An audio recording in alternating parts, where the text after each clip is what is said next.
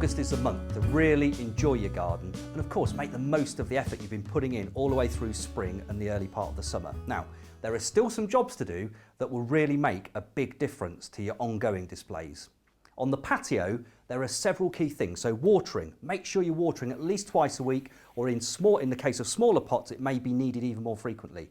And when you do water, do put some soluble feed. High potash food, such as blooming fast soluble food, will give you bigger, better, longer lasting and more colourful displays of flower that will stretch way into the autumn.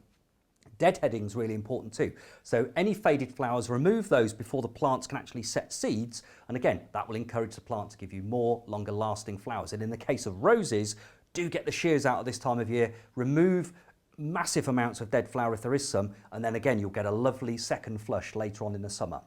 Perennials need that too. So things like your delphiniums that may have already started to have had their first flowers and they're going over now, feel free to remove the central spike and you'll get secondary spikes forming thereafter. And of course, do make sure weeding is kept in control in your beds and borders too, so you really can enjoy those lovely plants. Pruning is a great thing to think about. So if you've got any big trees, any big branches overhanging pathways, get them chopped off and out the way now. Even though you would normally wait till autumn to do that, you can still do it now if it's a problem and they're getting in your way. And on the fruit garden, pot your strawberry runners up so you've got a bigger, better number of plants for next year for even bigger crops. Cover any cherries, any stone fruits with nets to keep the birds at bay.